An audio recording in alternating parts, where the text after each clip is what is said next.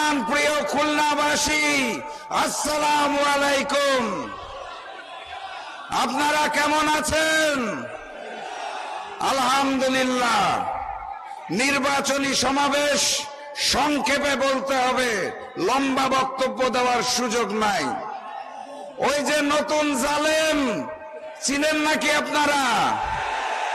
তার মহাসচিব গতকাল শুনলাম খুব মন খারাপ, এবং উনি বলতে চায় জামাত খুব খারাপ, কারণ ৭১ নাকি অনেক কিছু করেছে। এই সংবাদ প্রচার হচ্ছে ভারতের মিডিয়াতে। এইদিকে দুষ্টু লোকরা বলছে প্রাপ্তবয়স্ক হওয়ার পরেও মহাসচিব সাহেব নাকি ৭১ মুক্তিযুদ্ধে অংশগ্রহণ করেন নাই। দুষ্টু লোকেরা তাইও বলছেন ওনার পিতা নাকি ৭১ কুখ্যাত রাজাকার ছিল। আমি কিছু বলতে চাই না, দুষ্টু লোকরা বলছে।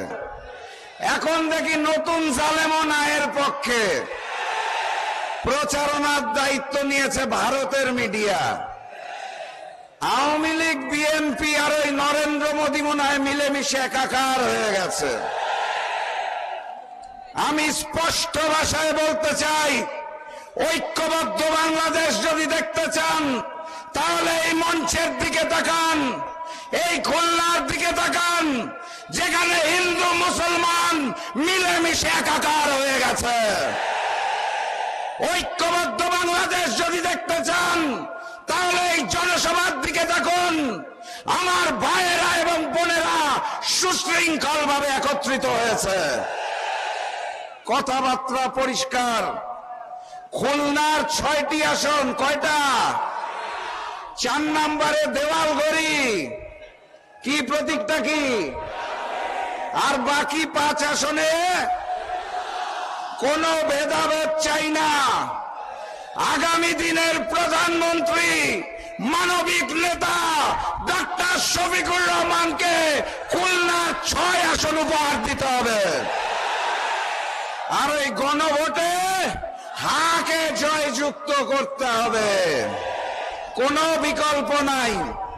সারা বাংলাদেশে নতুন জালেমরা আমার বোনদের উপর আক্রমণ করছে, আপনারা জানেন তো। এই বাম পাশে আমার বোনেরা আছে, তাদের জানিয়ে দিতে চাই মুহাম্মদ সাল্লাল্লাহু আলাইহি সাল্লামের সময় সকল যুদ্ধে পুরুষ এবং নারী একসাথে যুদ্ধে অবতীর্ণ হতো ইসলামের জন্য।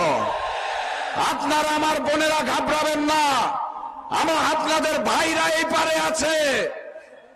এক রক্তবিন্দু যদি শেষ রক্তবিন্দু দিতে হয় তাও আপনাদের ইজ্জতের কোনো অপমান হতে দেওয়া হবে না। ১২ তারিখে জালেমের পতন হবে, ঐক্যবদ্ধ বাংলাদেশের বিজয় হবে ইনশাআল্লাহ। বক্তব্য শেষ ২ লাইন। আগামীর প্রধানমন্ত্রীর নাম কি?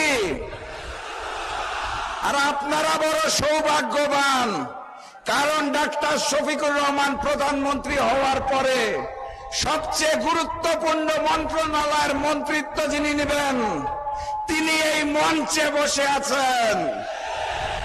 ওনার নাম কি? আলহামদুলিল্লাহ। খুলনাবাসীর জন্য অনেক অনেক ভালোবাসা। ১২ তারিখের পর আবার আসবো বিজয় উদযাপন করার জন্য ইনশাআল্লাহ।